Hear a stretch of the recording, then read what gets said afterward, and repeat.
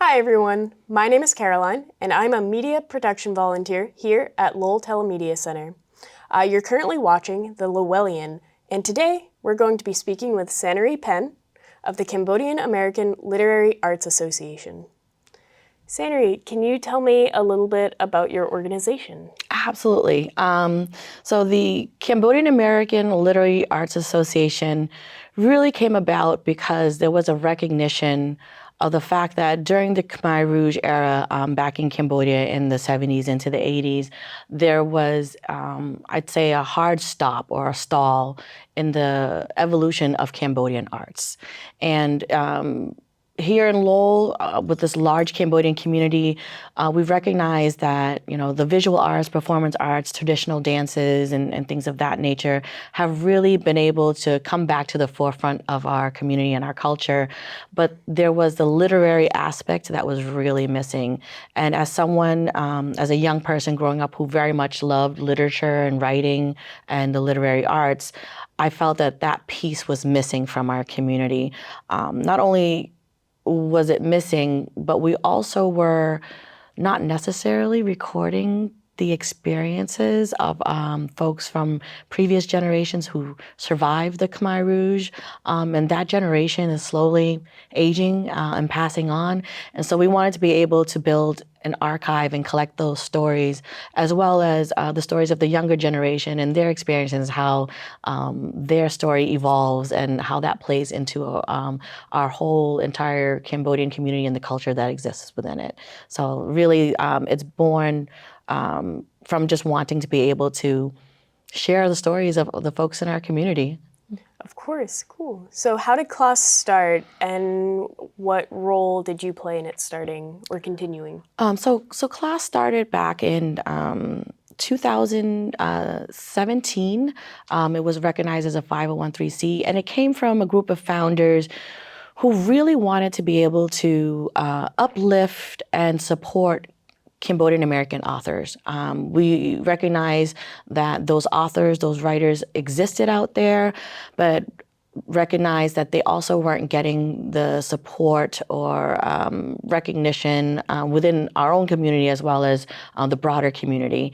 So we decided to really create an organization to uplift those voices and also to support folks who have a desire to do some writing, to share their story. So we really wanted to be able to create a platform for the voices of those artists, but also just any regular person in the community who felt that they had a story to share and wanted to be able to put that on a platform for others. We want to be able to give them that outlet as well.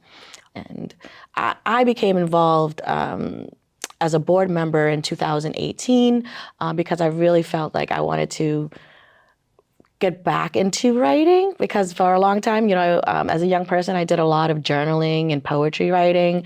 And as an adult, that kind of fell to the wayside. And not only was I reconnecting with my love of writing, but I was also reconnecting with the Cambodian community here in Lowell as well. Excellent. So I really like zines. Big fan. What can you tell me about the Stilled House zine and how you guys came up with that format? Well, we understand that publishing work is often difficult for folks, especially for communities of color and artists of color. There are so many barriers that prevent them, whether it's financial, whether it's just connections and resources that they might not be able to access. We wanted to create a platform that was easily accessible for a lot of the artists, and also at the same time, really create an archive and collection of stories. So the zine came about from wanting to collect stories from both established writers, emerging writers, just folks in our community, and be able to share those experiences with one another and connect. Beautiful. Can you tell me, where do you find the zine? Where can people access it? Is it just an online platform? Do you print? No, we actually, so our first zine is online only, because we're a budding, starting organization. We didn't have a lot of funding to be able to publish our first zine. So that is online only. But the rest of our zines, we do have some publications, actual physical copies of those zines. They're available. You can contact us through our website at CALAA.org and get a copy. And we also have some copies with our local bookstores as well. We have them at Lowell Books, which is an awesome partner for us, as well as a Lowell book company over at Mill Number 5. Cool. What would you say has been the more current driving forces for your organization, like the partnerships that you've created in the past few years? How has the pandemic affected things? Oh gosh, there's so much involved in that. I think we're really intentional about the partnerships that we're building. We're based here in Lowell, but we're looking to reach the broader diaspora community. So we're talking about Cambodians who are out in France, and Cambodians who live out in Australia, and Cambodians who live right here in the U.S. but are all the way across the country on the other side of the coast. So we have the East Coast Cambodians over here, and then we have the largest population of Cambodians, which is on the West Coast over in Long Beach, California. So this was a way to connect all those different communities, because I know that living here in Lowell, I've been very spoiled to have a community of folks who understand my culture, my language, the foods I eat, and all of those different things. So I know that in other diaspora communities, there might not be a larger community out there. So I felt like, and we felt like in the organization, that this was a way to bring all those folks together. And through the pandemic, actually, it gave us that opportunity, because we really didn't think about virtual meetings and discussion groups prior. But I think that through the pandemic and through the access to the technology, we've been able to expand our reach a lot when it comes to our workshops and our discussion groups. So I think the driving force really is to build those connections and to build that network, and to hopefully be able to get enough support that we can be a fully funded, functioning organization with paid staff, and be able to facilitate programming and workshops, and working with artists to support them and finding them resources in a more consistent manner. Cool. Do you find, I guess a better way to phrase the question is, with the huge community, do you publish also in Khmer, in English, in French, and all these other languages, or is it one primary? So we do have authors who publish in Khmer. I personally do not, because the language capacity, it's been difficult to hang on to the language. I grew up here in Lowell. I was really young when it came to the U.S. I've been able to hang on to the language through speech, so I can speak my native language. But reading and writing, I've never been formally educated, so that part of it is lost to me and to a lot of the folks that are growing up here. And through assimilation, even the oral language is slowly fading. So I think that's why we were so intentional in calling it the Cambodian American Literary Arts Association, to emphasize that there is the aspect of being an immigrant and coming in here and having not just a Cambodian experience, right, but the American experience as well, but also really wanting to be able to translate some of those works in English into Khmer and vice versa, so that we're also not only providing the stories, but also making accessible to a lot of folks and helping to bridge some generational gaps.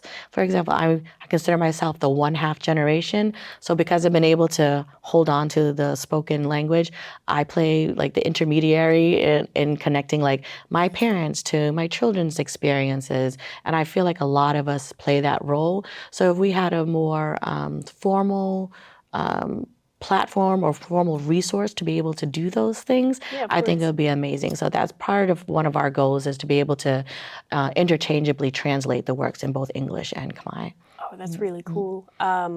This might seem like a silly question, but why is that important to have these cultural projects that bridge these gaps, and not just within the Khmer community, but with the greater Lowell community or other communities? Can you just touch upon that? Sure.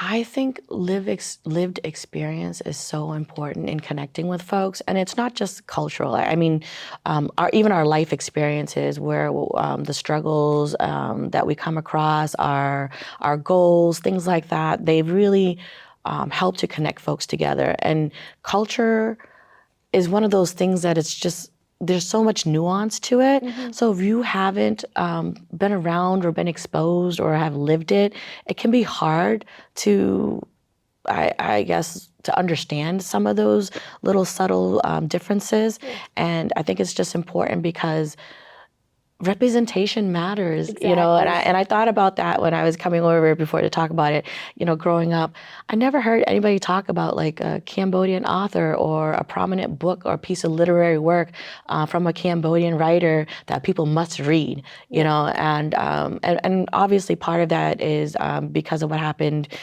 during the Khmer Rouge era, where all the literary works and a lot of the books and artwork and all of those different artifacts that we're talking about were destroyed. So we're still rebuilding, but we're also really being conscious of the evolution of these things, and also wanting to add a contemporary touch to it. Yep. And you know, the young folks are experiencing something very different from the previous generation, from my generation. So we want to really highlight those differences, but also utilize them to bring us together, if you understand. Yeah.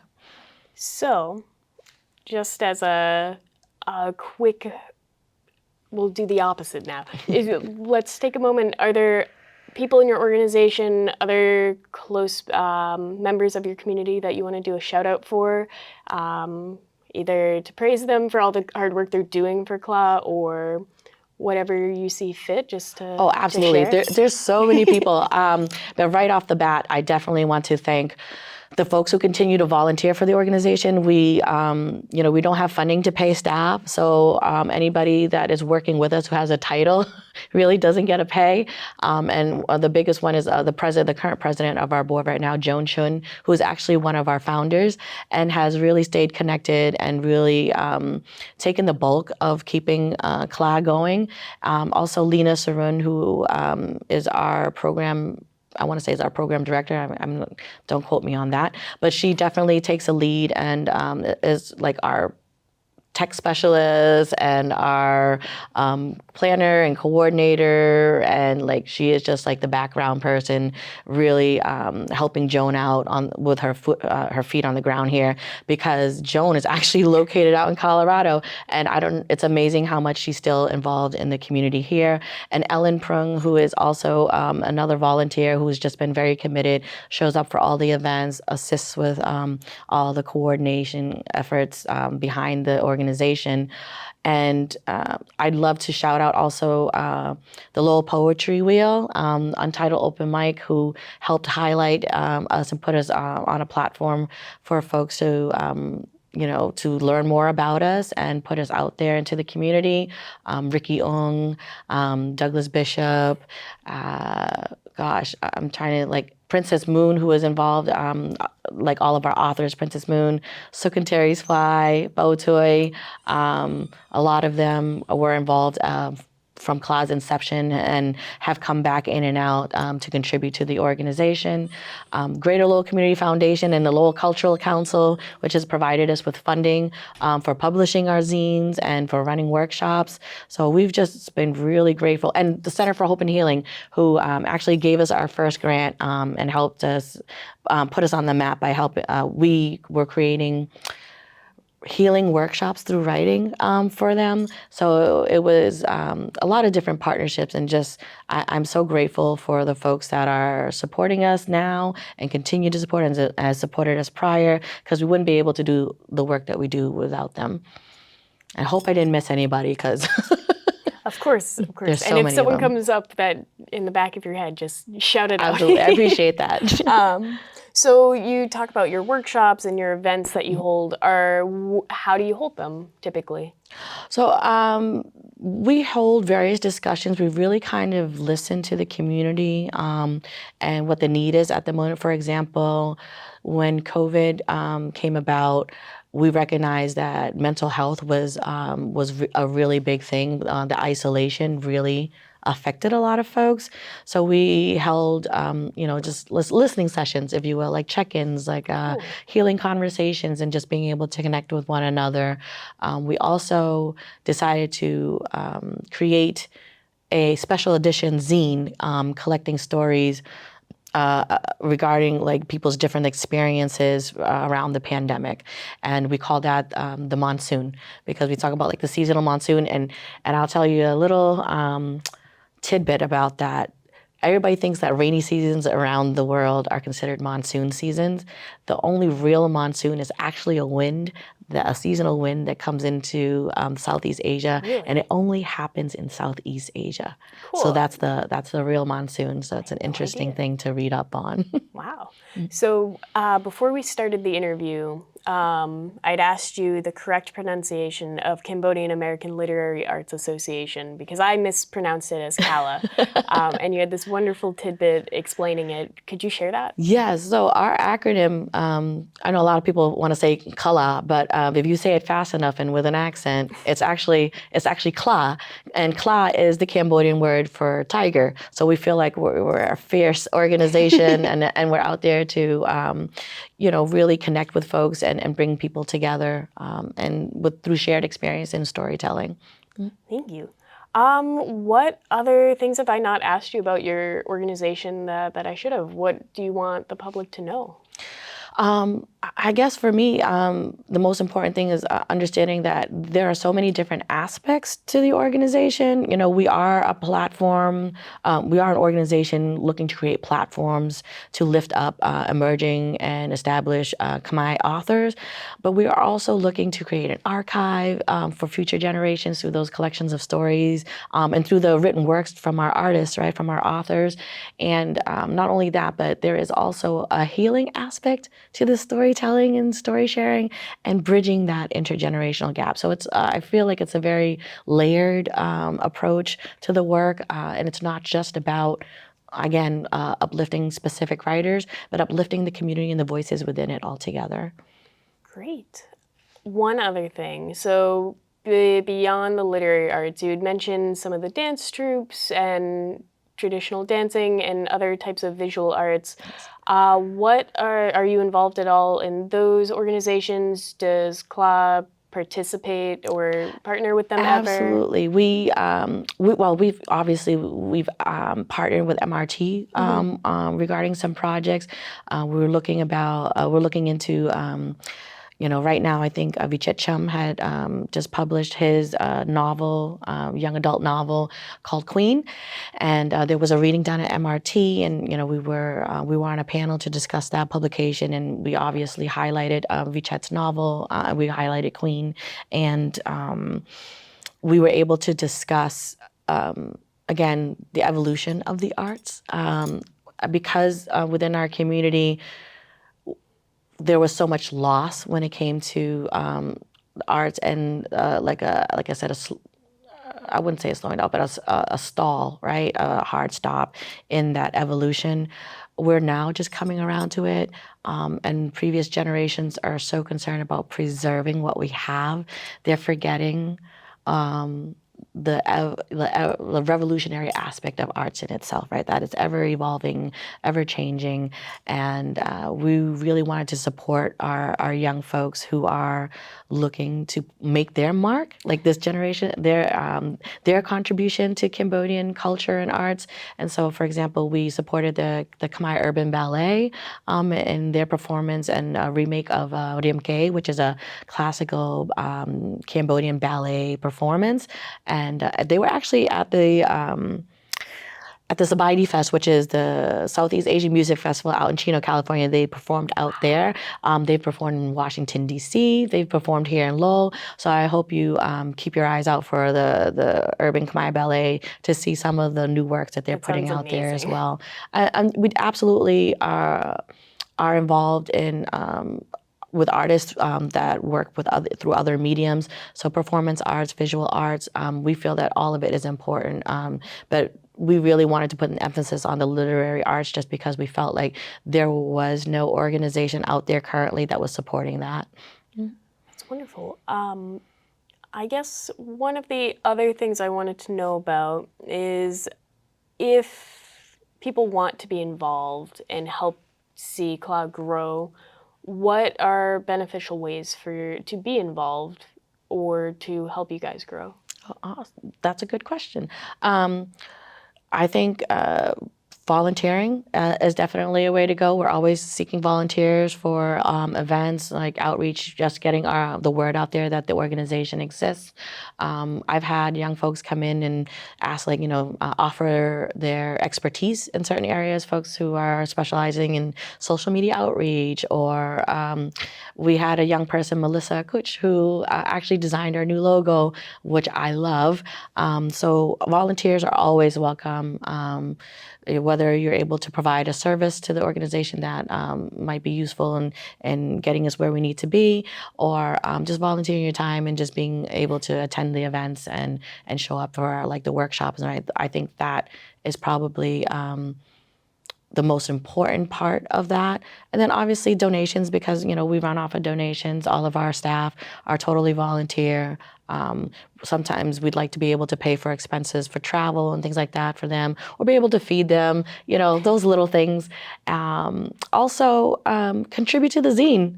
We're always looking for folks to share their story. So I think it's important for folks in the community to share their work and to not feel like, oh, I'm not a professional. It's really not about that. We have folks who volunteer and they help edit the work and stuff. So we want to hear stories from everybody. And you don't have to be Cambodian to submit a piece of work or get involved with CALAA. Anybody who has a love for Cambodian culture and Cambodian arts is more than welcome to join in and participate. Well, thank you so much. I believe that's all the time we have for today, but I really want to thank you, Sanary, for taking the time out to talk about CALAA and give us the opportunity to learn more. Well, thank you for having me. I appreciate it so much. Thank you.